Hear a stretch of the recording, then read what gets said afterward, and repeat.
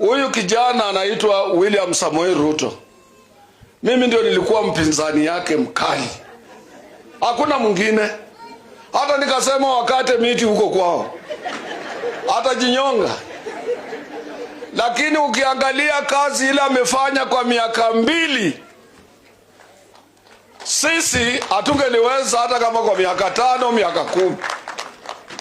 Muone hiyo. For the only 2 years he has been around. Ukiingia Kisumu unaona sila affordable housing. Ukikuja Nairobi, kuja Kakamega, kuja kule Kilifi natoka kwenda Mombasa. Sasa hivi anataka kututengenezea barabara ya kutoka Rironi mpaka Mau Summit, kutoka Mau Summit Eldoret mpaka kwa mpaka na Uganda. Na hiyo njia inamaliza watu wetu. Jameni, tumuunge mkono, tusikize ya watu. Musisikize maneno ya watu. Wakati walitoa section 2A kuleta vyama vingi, sisi tulikuwa tuko na Moi. Nimekaa na Moi hiyo miaka 24. Akanipa njia kuingia kwake kama rafiki yake. Na mimi mpaka sasa bado niko katika KANU kwa ajili ya mzee Moi. Mnasikia? Lakini tulisikia kama unapenda mtu anafanya kazi. Tulitoa section 2A kama hatupendi. Tulikuwa nataka Moi awe president mpaka siku ile Mungu atamtoa.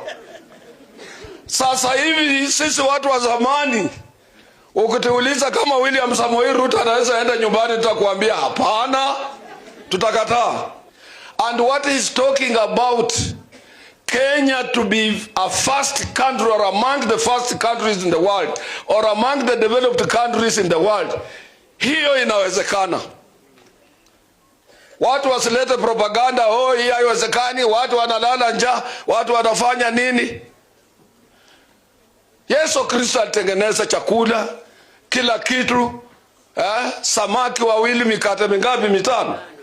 Watu wakala wakashindwa, zingine wakabeba. Na wengine bado walilala njaa.